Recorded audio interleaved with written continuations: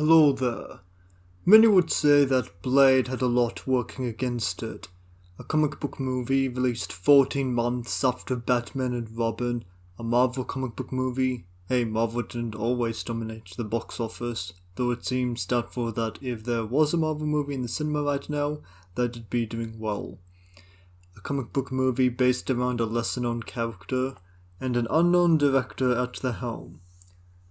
But Blade was released to financial success, and to some is the movie that started the prevalence of comic book movies.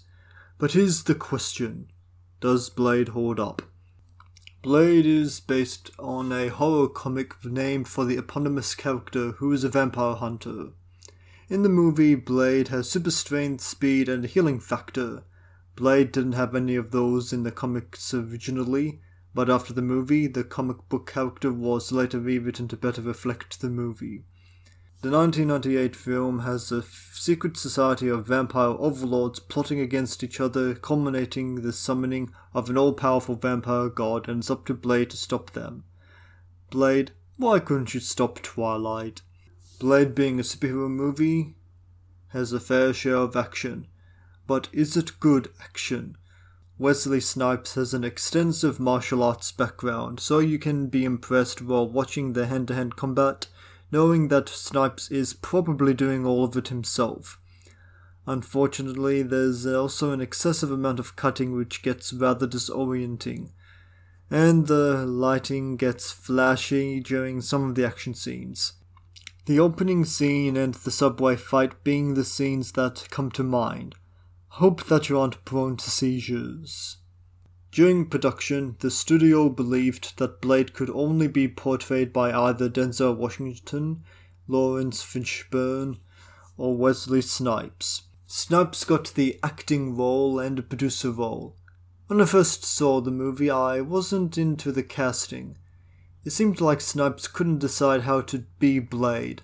At seemingly random moments, Blade was either a stoic or a stereotypical black movie cop, or a chaotic good psycho. But when Snipes decides on who Blade is, he's good. Or maybe director Stephen Norrington stopped telling him to act weird and Snipes always knew what he should have been doing. The other actors do a good job too. LaBouche Wright provides a believable performance as a doctor infected with vampirism who honestly feels like she should be the main character, as she's the fish out of water who needs all of this lore and exposition explained to her, like an audience surrogate. Chris Christopherson is likable as the older mentor, but his role is honestly unnecessary, and I have no idea why he was brought back for Blade 2. Stephen Dorff portrays Deacon Frost, our ambitious vampire villain aiming for ultimate power. He's serviceable, not bad, but he's not going to be making anyone's best villains list. The movie's costumes, sets, props, and makeup are all high quality.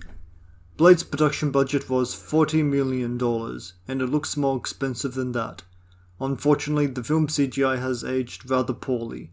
Now, this is a 22-year-old movie, so the CG could have been worse, and if it was used sparingly, it might have been a negligible flaw. But it's perhaps used too much. When the vampires are killed, they disintegrate into ash, and it's obviously not there. When the vampires don't disintegrate, their heads explode, and it looks cheesy. And during the third act climax, we witness the ability to have your arm and upper body cut apart and reassemble. It's not a great effect. I wish I could say that was where my criticisms ended, but I have more. David Goyer, our writer, doesn't give Stephen Norrington the best material to work with. Characterizations are sometimes half-assed, backstories are often rushed, the dialogue is a little hit and miss, and then there are a few things that are just bizarre. I mean, all a vampire has to do to survive in sunlight is apply sunscreen. Really. Fortunately though, Blade works well enough thanks to some strong performances, its atmosphere, its energy, and impressive in-camera fighting. Just don't expect a lost gem of a superhero movie. Blade's not that.